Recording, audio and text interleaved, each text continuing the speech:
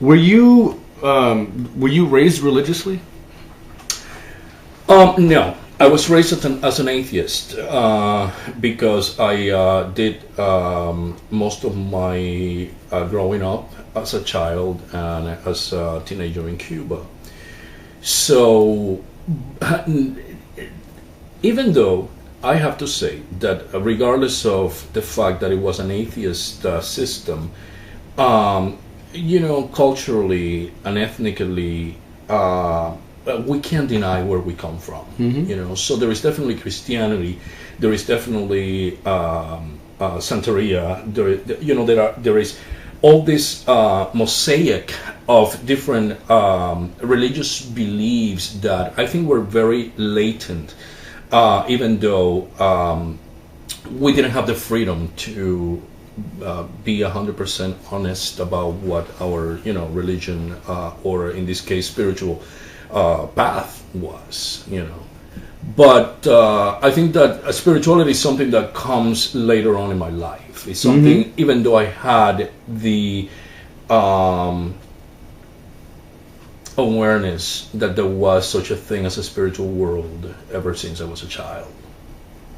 So there was, the church had been dismantled a long time ago in Cuba, hadn't? Yes, it was. Right. Christmas was abolished in 1969. It was erased from all holiday calendars, and it was reinstated again in 1998 when the Pope went to Cuba and visited the island. So he had some kind of agreement with Castro and the Catholic and Roman Catholic Church. So would you say your religious education came later by your own means? I think by my own. Because I'm asking because you make a lot of biblical references in your poetry. I think that the Bible is definitely one of the greatest books I've ever read, and I think that yes, there is also. You know what?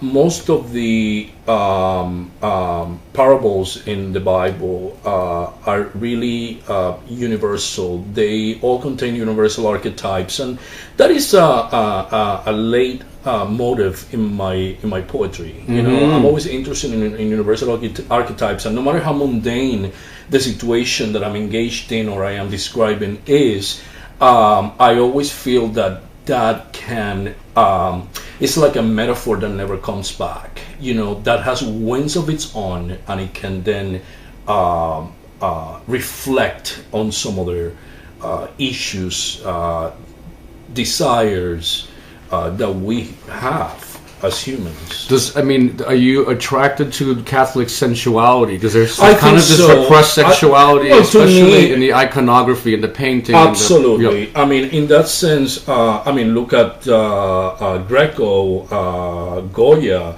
all the fantastic Spanish painters. I've had the fortune of seeing a lot of their I did, at El Prado in Madrid, and it's a wonderful. So I think that's one of the things that actually interests me when it comes to terms of Christianity. There is definitely a sensuality and a hidden sexual desire, and especially Catholicism. And especially in Catholicism, absolutely. From the poem Space, I have come to you, I have been waiting for this moment to spit my words, open my legs, and labor the Messiah. I've been waiting for the kings to gather around my table, for my man coming home from the unnamed distance of time. My womb and Madonna with child will be nothing but a stroke in the painter's dream. That's a poem that I wrote to my mother. Oh. And it's a poem, actually Space and the poem prior to Space, which is... There's a lot of landscape references. Yes. Well, I'm a painter. Oh, yes, so I am a visual artist. Yes. And, I think my writing is very visual. Therefore, I really think that language happens primarily on a visual level. And for me as a writer, I sort of have to get a sense of that landscape. Even if it is that landscape of the soul, I find something that is concrete and specific that brings it back home. You do. No, it's extremely visual. Talk a little bit about referring to the human body as geography, as territory, exploration. You make a lot of connections between, for instance, travel, transients, sailors, Right. ships, exploration, and referring to the body as continents and territories and so forth. I mean, I found that. That fusion of concepts lyrically very very rich and beautiful and open to a lot of interpretation. Thank you, Yeah. thank you. It is open to a lot of interpretations, and I think that it's probably something that lays in my subconscious. One of the things that I try to do with poetry in particular, and I think that with any type of writing, is to be able to tackle that unconsciousness, that place where you know there are certain things, but you don't know exactly what they are. You know, it's like almost in a kind of oniric way. It's very dreamlike, and then consequently, the body is also. I think that well, first of all, you have the physical landscape, but then we have our own landscape, and the body in itself is like the mind in itself is also like an island somehow.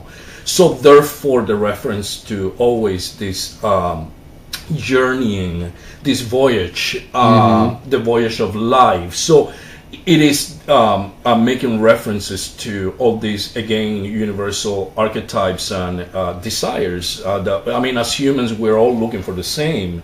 I mean, we all want to be loved. We all want to love, and we have issues with mortality. You know, so I think that pretty much we can even say that that's what we are made of. So I tried to use those elements to compose a lot of the poetry in this book, because I think that's that's the stuff that is in my mind. That's what I dream about. Right, right. Yeah, you seem to. The book even reads like a journey. It is a journey of 10 ways. years. Did you sequence it chronologically? No. With the No. oldest stuff first? No. No, this book actually has a kind of interesting way of becoming. It didn't start out as a book. I told you the first poem written in this book was Landscape with Quixotic Trimmer. And then from there on, I kept on writing, and it took about 10 years to really put all this material together, because I didn't really write it in a sequence. Now there is I would say around halfway through the book, I did write a whole sequence of poems that kind of came out that way. Almost like half the book. Tonight I Welcome the Rain, so starting on page 40 something. Oh, okay. There are Beyond Words, Recovering Michael, Details, September 11. So there were certain poems that actually they were part of my journal, So one of the exercises that I actually made for myself, I think that a writer needs to create the time to write. An artist needs to create that time, and that's kind of like what I did with a portion of this selection of poems. I sat down, and I was going at the time through so many feelings and emotions, and it was around year 2000 that I felt that I needed to write a poem every morning before I peed. So I will wake up and literally write a poem. And there is a whole section in this book that was born that way.